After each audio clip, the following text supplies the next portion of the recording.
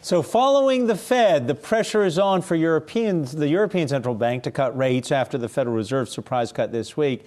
This as the Eurozone's downbeaten economy continues to falter due to the spreading coronavirus epidemic. With us now to discuss this is Daniel Morris, BNP Paribas Asset Management Senior Investment Strategist. Thank you very much. We talk about the tools that our central bank can utilize because of a coronavirus slowdown in the economy. It's a little bit different, though, for the ECB. Help us understand why their quiver might be a little bit emptier than the one here in Washington, D.C. I think one of the key things that's happening right now is we've been talking about the ECB in particular being out of ammunition. So your quiver analogy is completely appropriate. But we were hoping that we wouldn't really have to dig into this for a couple of years. I mean, at some point, of course, the Eurozone would go into a recession, as any economy will, and then we'd ask ourselves a question, what will they do? But with the coronavirus, all those questions have become questions for today and not 2 years from now. So it's not so obvious, because what we had hoped is that by the time you had a recession in the Eurozone, perhaps the ECB had been able to get out of negative rates, at least raised them actually back to zero, where we think now you've got the best balance of support for the economy through low rates, but not actually hurting the financial sector with negative rates.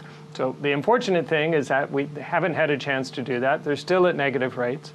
If they do want to cut them further in order, in particular, to weaken the euro, that's all well and good, perhaps, but then what is it going to do to financial sector stocks? They could look at additional quantitative easing, but they have the constraints, one, about how much they can buy, and two, yields are already so low, it's not so clear that that's exactly what the market needs. And then finally, and this is where they're probably going to focus their efforts, is on supporting corporations. So in the past, we've had the TLTRO operations, which incents banks to lend to corporations, knowing that we are worried about a credit crunch in this environment. That's probably what they're going to focus on to at least ensure corporations can get through the worst of the crisis. So, Dan, given the landscape here for what central banks around the globe are doing or what they might do, given the sell-off that we're seeing in stocks here in the U.S., in Europe, given yields where they are right now, what are you doing in terms of asset allocation? Are you guys sort of moving around your positioning at this point, or are you waiting to do so?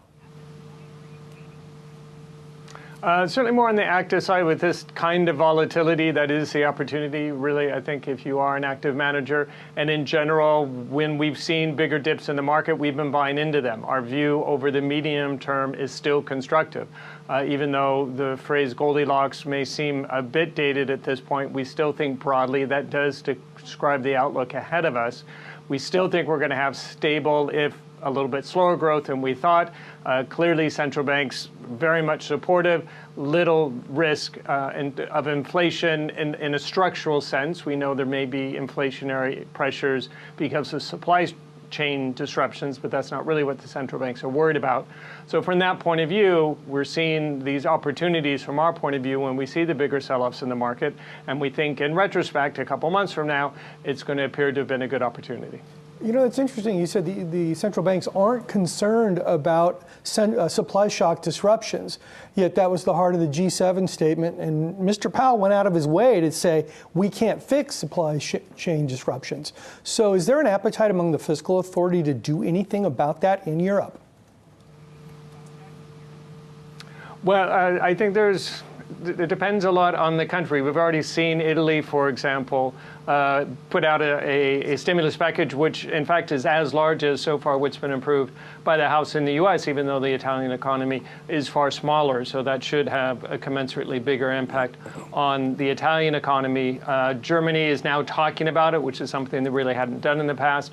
So I think at this point, the governments are ramping up fiscal stimulus. I think it's always the dilemma, though, is by the time the money actually gets somewhere, oftentimes the crisis is past. So it's helpful for sentiment.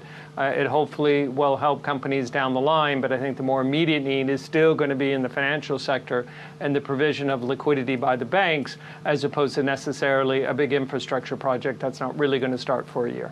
Daniel Moore is BNP Paribas Asset Management Senior Investment Strategist. Good to have you here on The Move. Hey investors, Zach Guzman here. Are you interested in learning more about the markets and getting the latest financial news? Well, then click right here to subscribe to our Yahoo Finance YouTube channel. Get the latest up-to-the-minute market analysis, big interviews in the world of finance, and information on how to manage your money every day wherever you are.